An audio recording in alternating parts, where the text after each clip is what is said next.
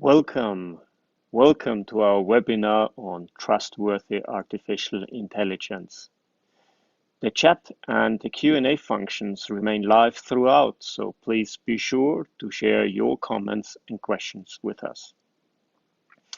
A record participation today clearly demonstrates the need for a conversation about trustworthy AI, a concept the European Union has championed for some time now. My name is Peter Fatelnik, and I handle all the digital economy policy files here at the delegation of the European Union to the United States. Our office in DC has been the first port of call for every US administration since 1954, for information, for conversations, sometimes for depositing grievances, but nonetheless, first and foremost, for building the strong transatlantic partnership we enjoy today on both sides of the Atlantic. As EU member states pursue an ever closer integration, technology policy increasingly comes out of Brussels and becomes quickly visible around the world. Artificial intelligence is now part of the broader transatlantic policy conversation, having the potential to divide us, but bearing a much bigger potential for jointly getting it right. For this conversation, we are hosting nothing less than two stars. Dr. Lucilla Sioli is responsible for the strategy to digitize European industry and for policy development in the area of artificial intelligence. Lucy holds a PhD in economics from the University of Southampton and one more PhD from the Catholic University of Milan. She has been with the European Commission for more than 20 years now. Lucy will be in a conversation today with none other than the incontournable Dr. R. David Edelman. While he needs no introduction, I will not fail to mention a few milestones on his rich resume. David holds appointments at the MIT Computer Science and Artificial Intelligence Lab, CSAIL, and at the Center for International Studies. He leads research on the governance of artificial intelligence, the geopolitics of technology, and the national security dimension of computing. He previously worked as one of the US government's pioneering officials at the intersection of technology, national security, and economic affairs, and we best know him as Special Assistant to President Obama for economic and technology policy. Finally, I would like to note that members of the press are in attendance and remarks are on the record. Dr. Edelman, Dr. Sioli, my good friends, please take it away. Thank you so much, Peter, for that incredibly kind introduction. Thank you to EU Ambassador Lambrinidis and the mission for hosting this event. And thank you, Lucy, for being here. Now, if you're tuning in today, this probably isn't the first public policy conversation that you've joined by Zoom in this exceptional year. And if you're anything like me, I'm sure on one or other of those calls you felt at some point like you're watching a TV show that might be several seasons in, where all the main characters are already known, all the rivalries are already clear, and there really isn't all that much to discuss from the outside. Well, this is not going to be one of those conversations. This is not going to be a conversation that just admires the problem or basks in its history, because our topic today, AI policy, is not a TV show in its fifth season. It is probably barely past the pilot episode, or really maybe in the first. And so it is a real privilege to be on the ground floor, so to speak, of these public policies, and specifically to engage, as we have the opportunity today, with the lead author of a policy that has the potential for significant global effect. And that is the opportunity that we have here today with Lucilla Sioli from the European Commission. We're going to start out our conversation today with a brief presentation by Lucy for those who maybe haven't gotten through all 108 pages of the new regulation, although if you have, even better. And then after that, we're going to start a discussion back and forth between the two of us on what that policy means. But we're very quickly going to go into the conversation that includes all of you. So as Peter said, please do get your questions ready, begin to enter them in the Q&A window, and look forward to the conversation. But without further ado, we're delighted to have you here. So to talk all about the EU's new AI regulation, Lucy, over to you. Well, thank you very much for inviting me to hold this conversation with you and with this very nice audience. I'm very privileged to be doing this today. And I sent a set of slides which that I would like to show to be able to explain this proposal for a regulatory framework. It's still a proposal in the sense that this is a proposal by the European Commission. And in the European Union, the final decisions are taken after a trilogue between the Commission, the European Parliament, and the European Council, where all the European member states are represented. So what is on the table now is a proposal of the Commission, and in the months to come, this proposal will be discussed also by the European Parliament and by the European Council. But I will try to sketch, as you said, it's quite a long piece of regulation, but I will try to tell you the story behind it as quickly as I can. So if we go to the next slide, this is just my name. I've already been presented, so I would skip it again. If we can just go to the next one. Yes, the first thing I would like to say is that we talk about regulation, and the word regulation very often has some negative connotations. You know, you regulate something that doesn't work well. And actually, the thing is, artificial intelligence is a very important application for our economies and our societies.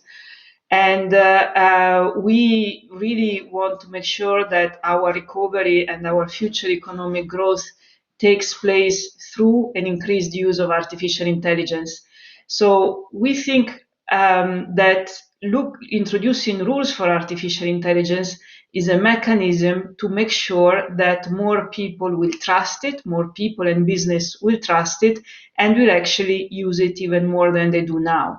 So I hope that in the months that we will be discussing this regulatory proposal, the notion that AI is bad or risky or so will not make people forget that AI is actually very good for our economies. And we have also seen it now during COVID with its applications in reading lungs of COVID patients, to helping to identify the best molecules for the treatments and the vaccines.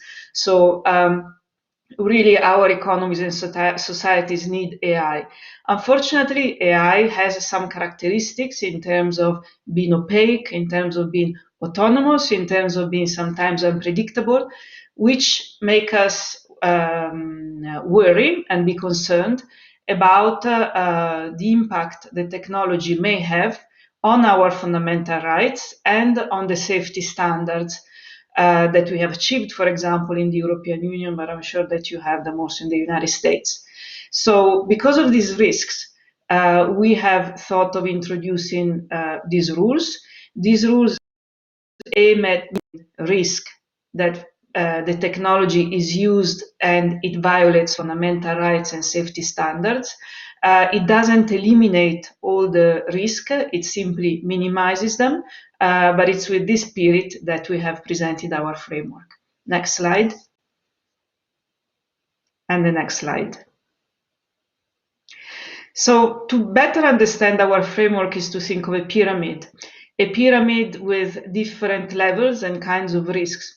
First of all, we think that most of the artificial intelligence market or applications actually are not risky, and so they don't fall in the scope of the regulatory framework. The regulatory framework really aims at applying rules and obligations to artificial intelligence applications that are high risk. What do we mean with high risk? We have identified a list of categories, and in particular a list of use cases which we consider to be high risk. They can refer to artificial intelligence systems, for example, in medical devices, so very much a question of safety, or it can refer to artificial intelligence systems which are presented under the form of a software service, for example, recruitment. So we have very much focused our regulation on a limited set of use cases that fall in the category of high risk. Most of our field of application of AI is not risky. And then on top of this pyramid, we have a very small, limited number of applications that we actually prohibit in the European Union. And these are applications such as the use of artificial intelligence to subliminally influence the behavior of people and of children and also other vulnerable groups, when this influence can actually bring about physical or psychological harm, or, for example, prohibit the use of AI for social scoring. This is something that should not happen, is not accepted in the European Union, or the use of AI for certain kinds of biometric identification systems. And in particular, we prohibit the use of what we call real-time remote biometric identification systems. So biometric identification system that takes place in a live manner.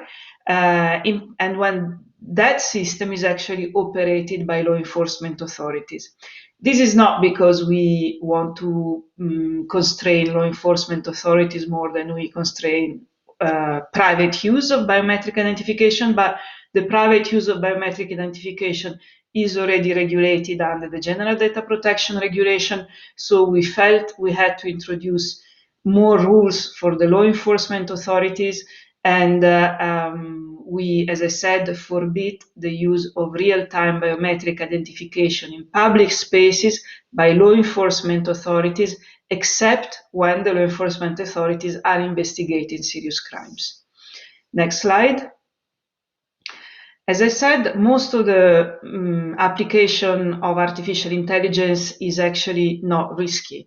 And so for that, we don't really foresee any kind of rule. We do encourage associations to think of maybe some voluntary codes of conduct, for example, making sure that artificial intelligence is energy efficient and these kind of things, but we are not really imposing rules here.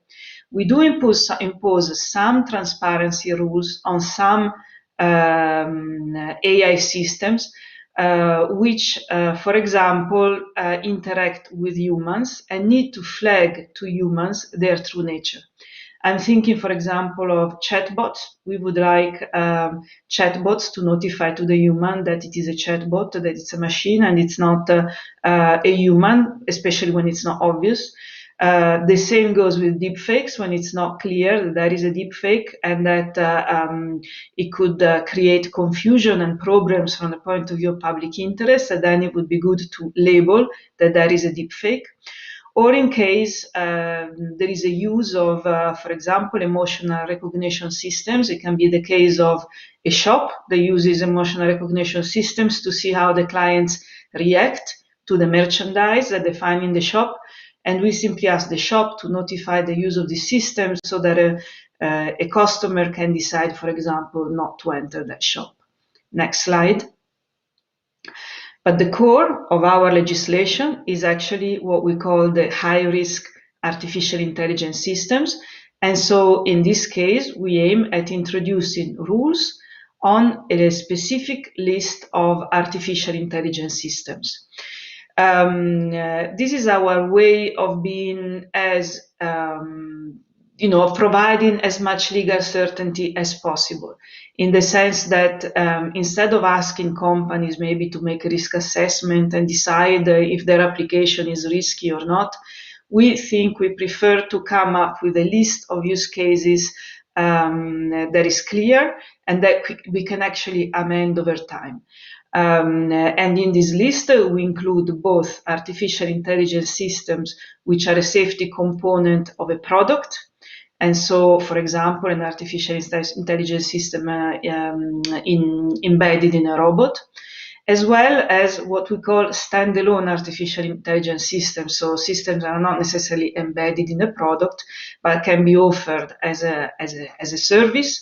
And these will include biometric identification systems, though they are not forbidden are allowed, but they are high risk. And then we will see the rules that we will apply to the high risk. We include critical infrastructure, we include education, we include some employment use cases.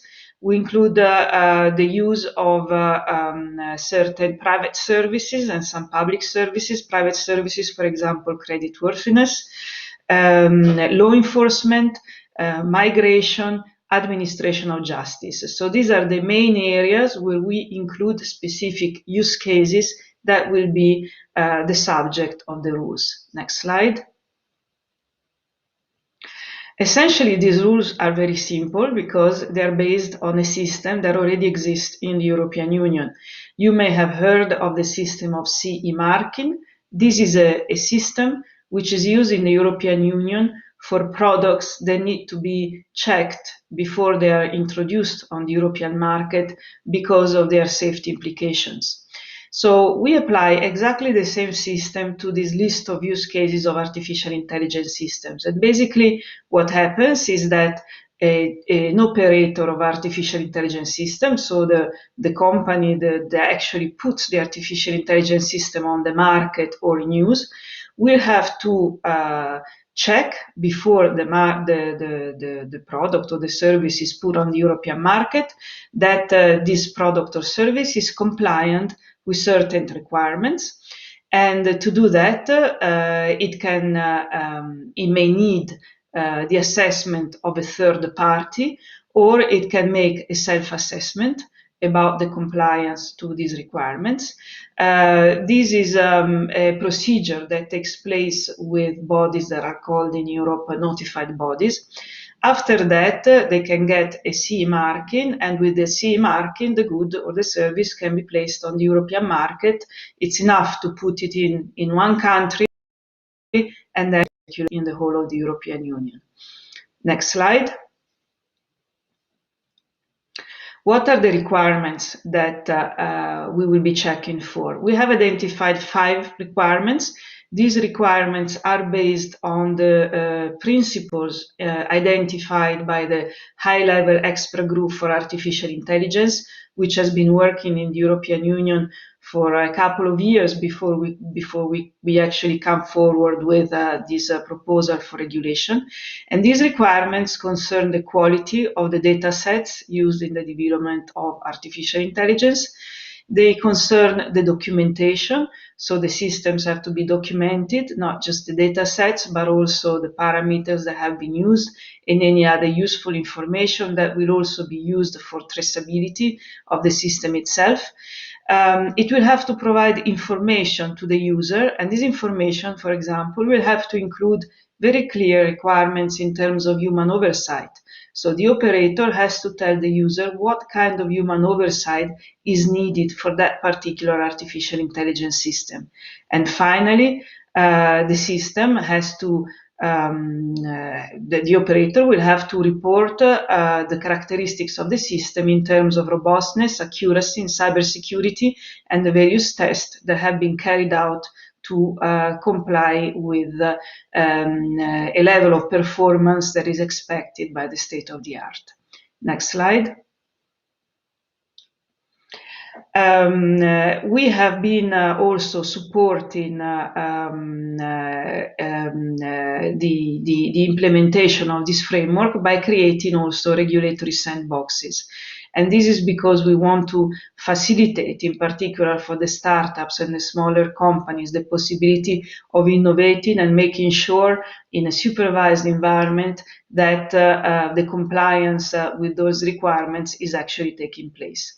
But let me say that this system is an ex-ante system, meaning that the checks takes place before the good or the service is put on the market. But actually, we do ask for monitoring to take place also after the good or the service is in the market, because the ex-ante system can minimize basically the risk, but cannot eliminate them completely. So if a harm actually takes place, then there is a market surveillance authority in the country of the user that will check whether that harm is due to lack of compliance by the operator or is it due to something else, establish the responsibility, establish the sanctions as appropriate. And so in a way, there is a kind of a life cycle of the artificial intelligence system that is actually kept under control in the sense that safeguards are in place before it's put on the market as well as after. Next slide. Just to conclude, I want to highlight the fact that we all talk about this proposal for a regulation because it's the first time that a regulation on artificial intelligence systems is proposed. And I want to underline the term on artificial intelligence systems because this is not a regulation on artificial intelligence as a technology, but it's addressing the use of artificial intelligence in certain specific context. But when we have published it, we have also published it with another document, which in my view is equally important, which is a plan that we write with the European member states and where we actually highlight the main areas where we can collaborate, increase investment in research and innovation. The last slide has a summary. If you can go to the next slide, it has a summary of the next one again, a summary of the areas that we would like to target, where we try to exploit synergies in the European Union across the activities of the different member states. And this concerns both the creation of an artificial intelligence infrastructure in terms of computing capabilities, in terms of cloud capabilities, in terms of semiconductors capabilities. And then we also aim at creating capabilities in terms of skills for AI, as well as I said earlier, in research, in innovation, capacity of testing and experimenting in AI, and also helping small, medium enterprises to actually use artificial intelligence systems. Because as I said at the beginning, AI is very good for our economies and our societies, but companies in the European Union need to use it more, and we have to increase also their level of acceptance. Otherwise, we will not be able to harness the benefits this technology can actually provide. So thank you very much, and I'm open to answer your questions. Lucy, wow, thank you. I mean, there is a tremendous amount there. And of course, we only have so long to get into that much of it. But it seems, just for some brief observations, it seems like the EU and you all here have made a bet, and it's likely a safe one, that there is not going to be broad adoption of AI without getting this trust piece right, and without ensuring that AI reflects those values and those principles that you say underlie laws of the European Union. And certainly, I think we'd observe, those of us who are working on AI policy on a regular basis, that we are in this moment of a crisis of confidence in AI, due in part, of course, to very diligent researchers who have made a living breaking AI, right? To identify the cases where it can be brittle, it can be biased, where it betrays our privacy in places you wouldn't expect. And so it's clear that for those reasons, and of course, what we've seen in other contexts of companies that maybe don't enjoy public trust using AI in ways that are concerning the public, that there is this need for this risk-based sort of tiered approach that is neither saying all AI is bad or even all AI is any one thing, as you point out. What we're really talking about here is the use of a technology within particular sectorial areas, but it's also getting out in front by saying that AI is not uncontrollable. It's not everywhere quite yet. And by identifying those particular harms, not just harms to life and limb, which you mention here, but significant attention to questions of racial equity, to non-discrimination, to bias within these systems. The expectation that not only does there need to be greater attention to how these systems are governed, but also to send signals back in how these systems are designed, is really a critical part of this that stood out to me. It's also seemingly key here as we look at how this might interoperate internationally and how other regulatory regimes can take cues or learn from this process. There is notably a willingness to engage in outright bans in this document. Right now, of course, this is a proposal, but fundamentally, as several US cities, for instance, have done with not dissimilar technology, right? Several US cities have banned the use of facial recognition systems on a real-time basis for fear that many of them are inherently racially biased. That is a really important decision and signal that is being sent here, just as important as the default that you mentioned, which is that fundamentally most systems are low risk and unregulated by default. And I think you do a wonderful job here of really identifying also the key regulatory principles, these commonalities that have to bind a responsible approach to trustworthy AI, right? Making sure the data that feeds these systems, that helps them learn that it's quality data, that it's as complete as possible, that the companies, if it's a company doing this, actually develop the technical documentation to know what they put into it and how it intends to be used. Transparency, right, to users, whether that's a company that's buying an algorithm or an individual user that's being subjected to it. And this question of human oversight, which of course we won't get into national security implications here, but has been a major focus of the extent to which AI systems are usable in a national security context as well, whether a human should be in the loop or on the loop. And so the key next question, it seems, is going to be how to do this in particular sectors. As you said, how to take these principles and apply them in particular cases. Of course, the transparency or data quality requirements for a medical device are going to maybe look very different than an industrial robot. And my guess is the public has a pretty different level of knowledge between those two things. So the next steps beyond, obviously, the trialogue will be trying to figure out how to translate these principles into practice as legal regimes develop, both at the European and also the member state level. And I want to ask you about those in a second. But before we do, I mean, to have the benefit of you here and really having been central in the drafting of this proposal, can we go back to the beginning just a little bit? And I'd love to hear about how you would consider this draft regulation in contrast or maybe in line with the GDPR. For those that are not following European law all the time, the General Data Protection Regulation, the bedrock privacy protection in the EU that, of course, has global scope in its application. And one observation that I'd make here, it seems like the goal with these regulatory proposals was to get ahead of the broad use of AI. That on some level, GDPR came into effect well after lots of companies were using lots of data in ways that caused lots of public concern. It was designed to, as we'd say in the US, sort of put the horse back, close the barn door after the horse has already left. Well, is that the intention here for these regulations to actually get out in front of the broad use of AI? And if so, what challenges do you think that creates for the Commission that maybe didn't exist for GDPR? Well, let me say, first of all, this is fully in line with GDPR, as you can imagine, because when the Commission makes a proposal, of course, we have also legal service, and we have, all possible checks to make sure that our proposals are fully consistent with existing legislation. It's different from GDPR in the sense that we really target a limited set of artificial intelligence applications in this case.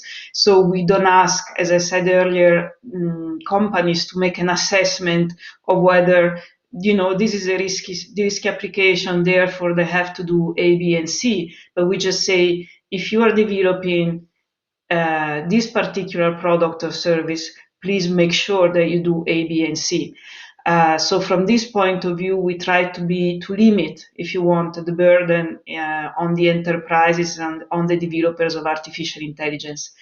And we have been asked from the very beginning to very much find ways of limiting any kind of burden, because, as you say, the artificial intelligence market is growing.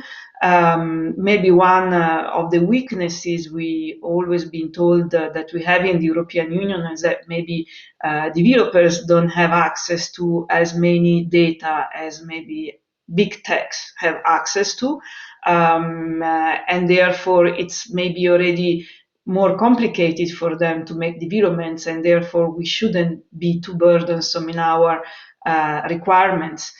And so we kept all this in mind. We certainly don't want to stifle innovation, and therefore for us it was very, very important to be able to focus on a limited set of applications, and that we can change over time, because with the delegated act, according to our proposal, we can change the list of use cases. If we find that there are other use cases that should be deemed to be high risk, they should also be included in the list. And so we think we are well equipped to bring forward a situation where, on the one hand, can introduce maybe a little bit of burden on some high-risk applications. But to be honest with you, if you look at the list of requirements we require, you will see that we are simply asking developers to make sure that they do things that good developers of artificial intelligence probably already do. So we are asking them to use good quality data sets. We ask them to carry out appropriate tests for cybersecurity and for accuracy, and to simply provide this information and document what they're doing, which is what the very good data scientists already do. And if they have to develop a system which is high risk, either because of safety or because of fundamental rights like violation of non-discrimination, then of course we cannot think that that burden is too high. I think it's a minimum we can ask developers to do in these particular markets. So I don't think we are particularly stifling innovation at all compared to a situation where the rules are not there. We just want to make sure that it takes place and also takes place. So let's talk for a minute about the best practices that you'd envisage companies or other users of AI going through here. Now, we've talked a little bit about this idea of just unacceptably risky AI, these areas that are banned, what I'd call sort of the dystopian applications, right? The social scoring, the elements of real-time biometric identification other than in certain uses. But it's this high-risk category that seems to really carry most of the weight for the proposed regulation. Mm-hmm. These cases like mechanical equipment, you think of industrial robots or self-driving cars, right? Where if they collide with something, you've got a real problem. Interestingly, vocational training and education for folks that have been taking school from home, of course, this idea of AI-driven automated admissions or grading is certainly an area that was called out as a potential real high risk. Employment, and interestingly, management. Monitoring employees, right? I mean, how many people on this call have an employer that is potentially deploying some AI-enabled service to determine whether or not they're productive? That's listed as high risk. And of course, creditworthiness, which is already pretty heavily regulated. It seems that one of the requirements that's proposed here is this notion of a conformity assessment. And it comes up over and over throughout the document. Can you just tell us a little bit about what does a conformity assessment look like? What really goes into that? Who does it? And when would you expect a company in its life cycle to be thinking about doing that kind of an assessment? Well, a conformity assessment is exactly the procedure that the operators of the artificial intelligence system have to undertake before they put their system on the European market. And that means that it's a procedure that asks them to show the quality of the data set, the documentation, the accuracy, and all the 5 requirements that I listed earlier. So this can be done either by a third party that we call notified body. This happens, for example, in particular for artificial intelligence systems that pose a threat to safety and to life, for example, certain medical devices. But these are things that are already done in the sense that a robot medical device nowadays, before it's actually put on the market, has to undertake a conformity assessment that will check if the robot works properly and doesn't pose any danger to safety. Now, if that robot is actually enabled by artificial intelligence, this conformity assessment will simply add a stage of checks on the artificial intelligence component and will check the 5 key requirements I mentioned earlier. For artificial intelligence systems for which these conformity assessments don't, the notified body basically doesn't exist yet, we have said, let's start with asking operators to take a self-assessment, because this is something we already do in the European Union. We have conformity assessments that sometimes takes place through third parties and other times takes place through self-assessment. Now, self-assessment doesn't mean that people can say anything they want. They have to show, they have to go through the 5 key requirements, they have to show what they do in those 5 key areas. And if something goes wrong with the artificial intelligence system, there is an authority that can actually go back to them and trace back where the problem comes from. And if in their self-assessment they were non-compliant, then they may be sanctioned. So there are, even if there is no third-party check, there is a mechanism that, of course, provides incentives for the operators to be compliant with those key requirements. So conformity assessment is just this ex-ante stage that we have in the European Union at the moment, only for the CE marking of products that pose a risk to safety. And when this regulation is through, also for artificial intelligence systems that can be risky for safety, but also for fundamental rights. So let me ask you about how we'd think really concretely about particular use cases. Because I think, most folks are looking in the media and they see cases of, autonomous vehicles. Obviously, there's been great promise, perhaps not as quick development as some people would have hoped. But of course, those are AI-driven robots. And we've seen great promise potentially in the medical space as well. And it strikes me that one of the great challenges, and some of the questions that we've been getting from the audience, have to do with when, as we'd say, the rubber hits the road in these particular cases. Mm-hmm. And I'm hoping I could get you to comment a little bit about how you see these sorts of regulations governing cases that are cases of hard trade-offs. And let me just give one possible example. So autonomous vehicles, because everyone's talked a lot about them, right? Mm-hmm. Autonomous vehicles, potentially offer a safety benefit. Last year, I think it was 43,000 roughly Americans died on the highway. Pre-COVID, it was the single greatest preventable cause of death for anyone under a certain age. Lot of great harm caused by automobile accidents. And I'm wondering, let's say hypothetically, we're in a situation 3 years from now where autonomous vehicles can reduce, AI-driven autonomous vehicles can reduce traffic deaths by a quarter. So 10,000 fewer people will die if they're in broad use. However, that still means that there are going to be a significant number of deaths caused by these vehicles, and probably based on what we're seeing about the technology, and we're leading a task force on this at MIT right now, that behavior, when they go wrong, is really at the margins. Those sort of behavioral anomalies are very hard to predict. They're almost impossible to test on, right? They happen in 1 out of 1 million miles or something like that.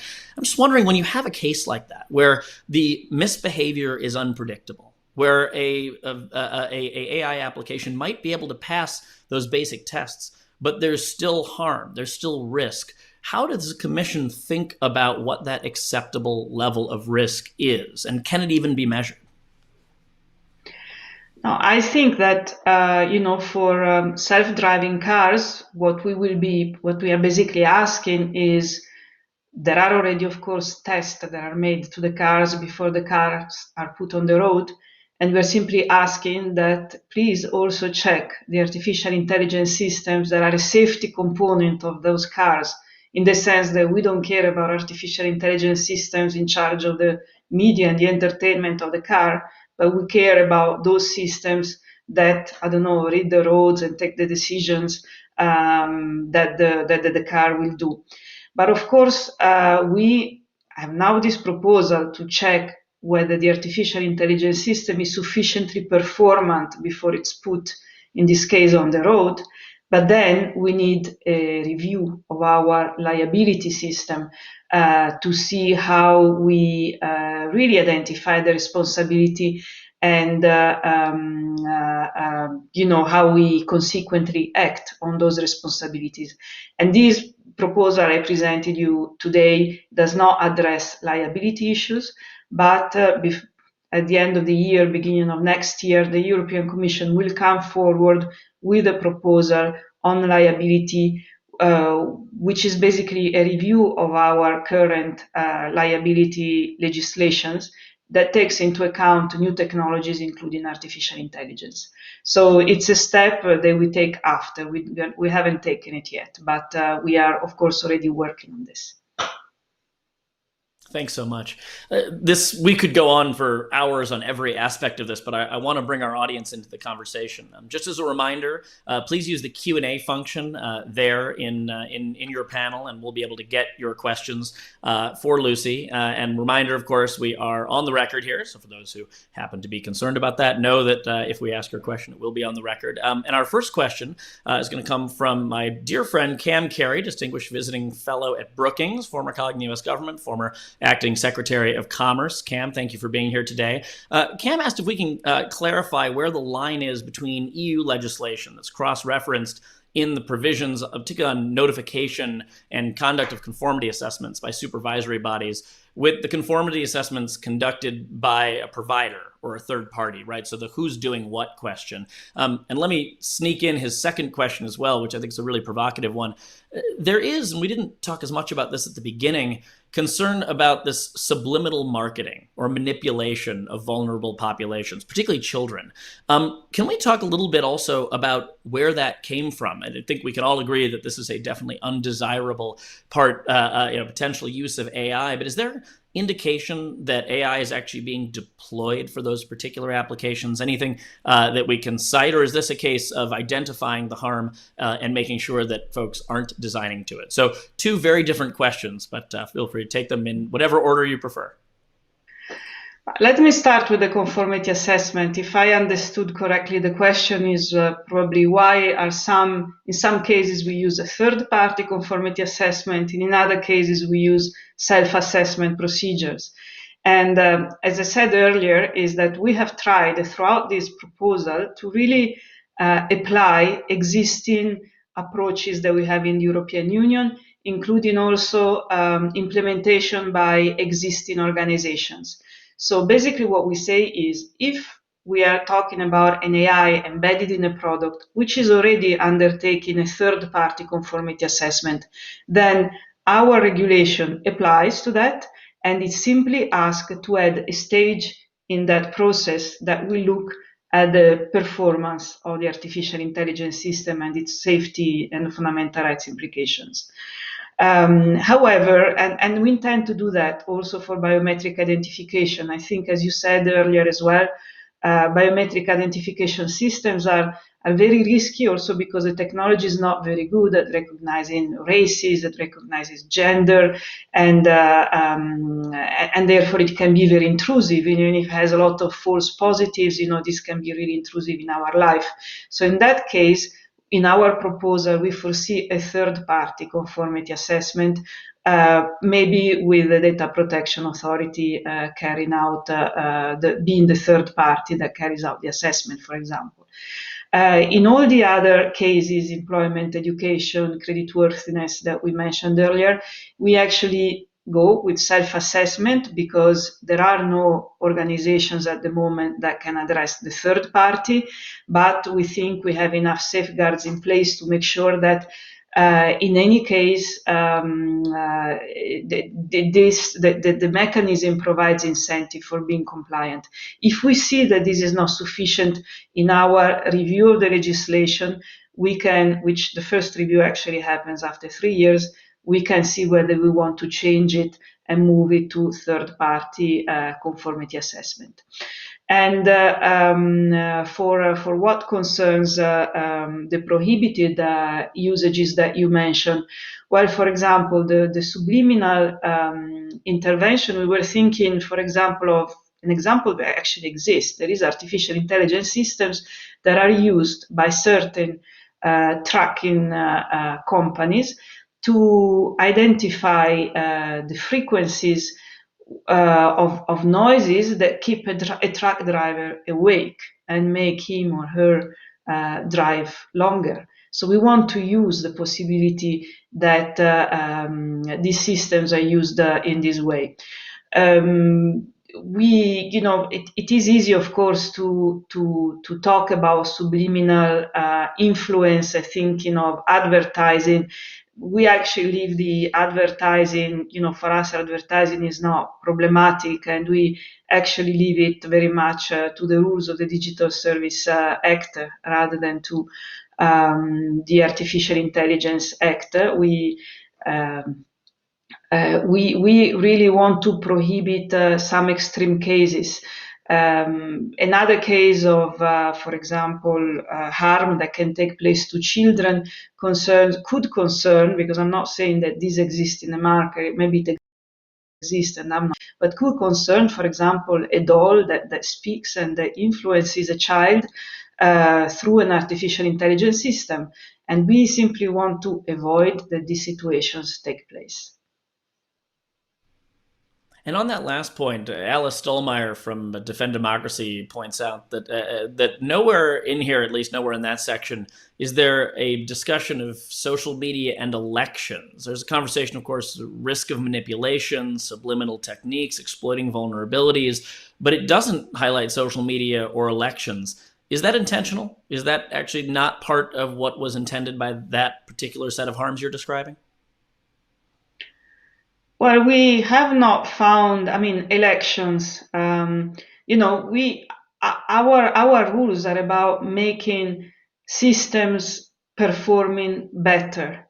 So we're not particularly interested in making political campaigns performing better. We're not. This is not what this act is about. So if there are use cases to be that could fall into this act, we will be happy. Now we are going to have a couple of years of discussions with the Parliament and the Council. We will be happy to see whether it's applicable, but we have not found in the area of elections a particular case that could be relevant. But you see that there is an area, the last one, I forgot now exactly the title of the last area of our use cases, where if there was an element for elections that would make sense, a use case that makes sense, can go in that particular category. Got it. So potentially might be one of those areas that ultimately gets designated as high risk, but who knows? We have lots of questions on that. This notion of the high risk categorization and several about that process. Could you just tell us a little bit? How would the commission identify a specific AI system as high risk? Obviously, AI evolves very quickly. Who participates in that process? Is this academic researchers? Industry, complaints from member state authorities? Obviously, you recommend at one point in here that states all designate their competent AI relevant authorities. So who does that risk assessment, and where are they getting their input and review? We provide in the legislation a sort of definition of high risk, and we have explained how we, for example, have selected that list of use cases that you have in this legislation. The list is in Annex 3. So you have a list of categories in the legislation and a list of use cases in Annex 3. And we explain in the legislation how the risk is identified. So we look at the likelihood of the risk, we look at the impact of that risk in terms of amount of people that can be affected, and for example, reversibility of the impact, if it's a physical impact, if it's not, and so on. I mean, you'll find more details in the legislation itself. We've also looked on those bases at the evidence that we have for the artificial intelligence system. Now, this is a new area, so you're not going to have important statistical evidence like 50% of citizens have been affected by this particular use case. But you do have specific occurrences in certain countries that you can easily imagine that is applicable to many other situations. And so on the basis of that evidence, we have constructed this first list of use cases. Then in the legislation, we propose a new governance model where we set up a board that we call the AI board. In this board, which is chaired by the Commission, we will have representatives of member states, in particular from the market surveillance authority. So these are people who are on the market and they see things happen.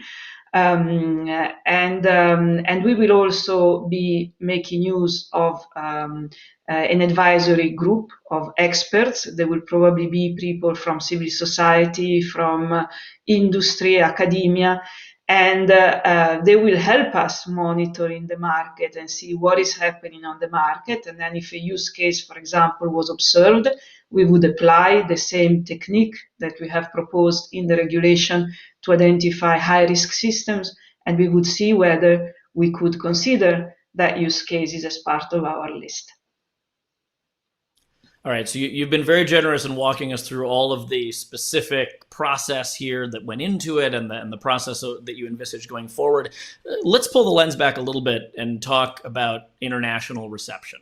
And international, I know the word interoperability is not the right phrase, but specifically how you envisage this series of regulations, if enacted, to play with those internationally. Because obviously this proposed regulation does not enter in a vacuum. There are many other governments that have attempted at various levels of specificity to try to get their arms around this particular issue. I noted, as many others did as well, of course, that immediately after the release, U.S. National Security Advisor Jake Sullivan tweeted welcoming the release of the draft regulations here, a notable statement from senior levels of the U.S. administration. I'm wondering if you can tell us a little bit about the international consultative process, if there was one, that went into getting to this phase, or is the international consultative process what happens next? Obviously, there's been tremendous back and forth over the years about GDPR and privacy elements, the privacy shield, and components that relate to trying to find harmony among the various regimes that exist. So tell us about that, the international relations extra EU of this package. Where have we gotten to, and where do we go from here on this? We have been working since 2018 on a European approach to artificial intelligence. The European Union was probably the first one with the high-level expert group to identify a set of principles, which were also, if I can say, the source of inspiration for many other principles. Now there are principles in many different organizations, many different countries, companies, and that's all very good. But we wanted to say, okay, now we have all these principles. So together already we had many exchanges because even our high-level expert group was not only made of European members only. There were US members, there were from Canada. We had observers from Japan, from Singapore, from Australia. So we have been having exchanges with different parts of the world on a regular basis. And simply we have said, okay, now there are all these hundreds of sets of principles. What are we going to do with them? We have to try to take a step and make them implementable and usable. So this is a step we have tried to make after, again, a lot with the help of our high-level expert group who has made guidelines, who has tried to operationalize them, who have piloted their operationalization. So we had enough information and evidence to be able to come forward with a proposal. We tried to make our proposal as proportionate as possible, targeting a limited list of use cases, targeting the operators selling in the European Union. So we are not providing discounts for European companies. This is really, if you are American, if you're European, if you're Chinese or Japanese, you will always, if you want to sell your products in the European Union, you have to follow those rules. And you have to follow those rules whether you're big or small, because you're selling high-risk systems, so also the size doesn't really make a difference. So we have tried to provide a level playing field. And of course, we have, used and followed a legislative approach which was already in our European legislation. It may not be suitable for the United States, for Australia, for other countries. But of course, we use the rules that we know best, and we try to adapt them at best, also to be able that we were able to use our existing organizations. That's very important for us.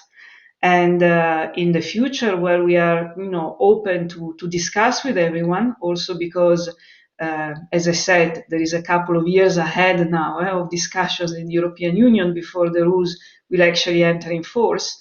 And this should give enough time for everybody to prepare.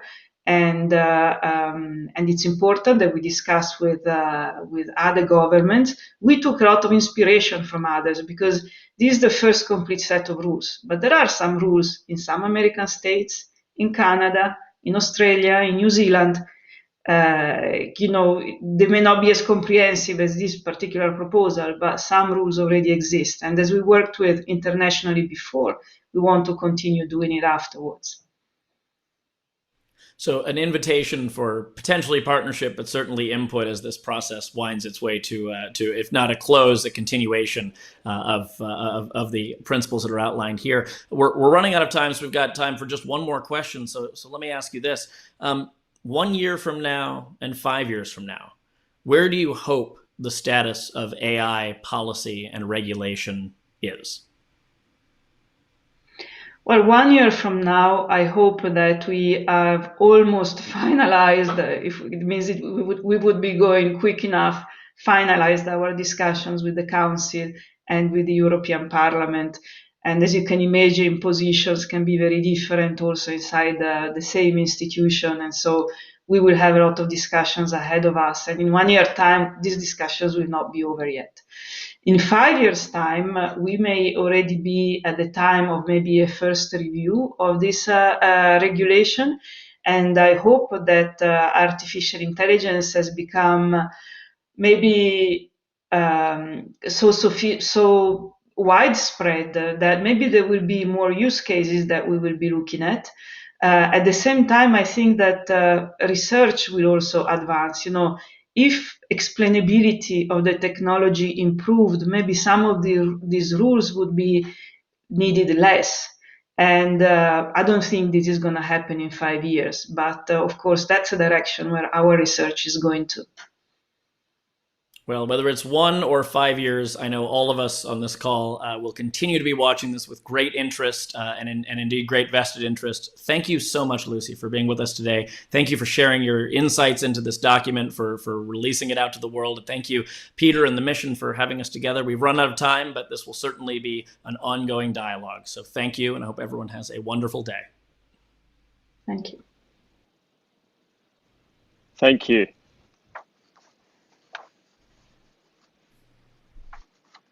Now, my friends, this is not the end, my friends. And in fact, we are only at the beginning of understanding the impact of AI on our global society and economy. Now, before you move on to another part of this digital world, 2 things. First, I'm sure there was something new in what Lucy and David have said. We all learned something today, and I want everybody to walk away with the confidence to practice some of the arguments in your future conversations with people around you. And second, I can only add to David, thank you very much for joining us today. Special thanks to David and Lucy for coming here and making this what I would call a fest of enjoyable logic arguments and civil conversation. Please check out EU in the US on social media or visit our website to join other upcoming events, both virtual and in person now again, that the EU delegation has to offer. Thank you and have a good day.